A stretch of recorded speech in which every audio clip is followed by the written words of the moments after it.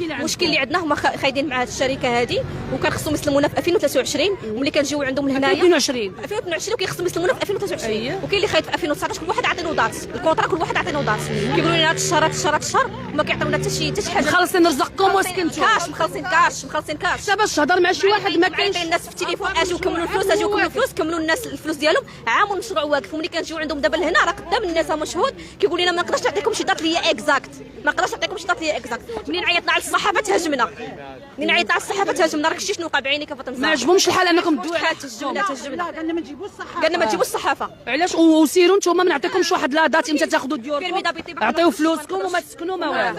شنو كطالبوا اليوم بهذا ديورنا ولا كنطالبوا فلوسنا حدا في جوج؟ ما بغاو يعطيو الضرر، تعويض على الضرر.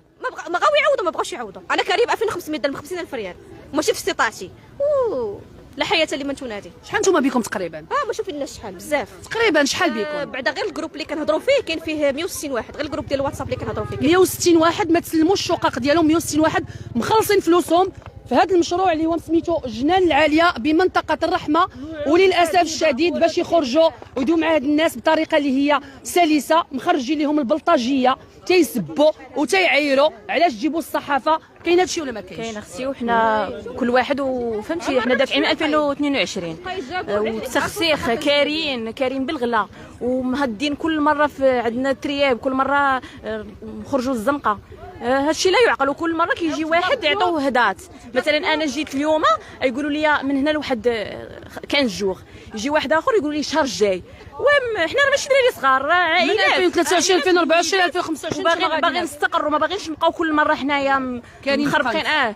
كارين في قنت وولادك ما عارفاش فين تقريهم. خاص النفسيه ديالكم تدمر. ويا نفسيا انا حامله اختي مريضه، كيفيه طونسيون بسببهم. كل مره جايه خصني نلقى داري، خصني ودافعه فلوس، ماشي دافعين راه 25 مليون هذيك.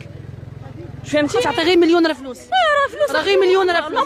انتم هاد الفلوس لقيتوهم هما كيقولوش الحقيقه، ما كيقولوش شنو اللي كاين، شنو المشكل بالضبط.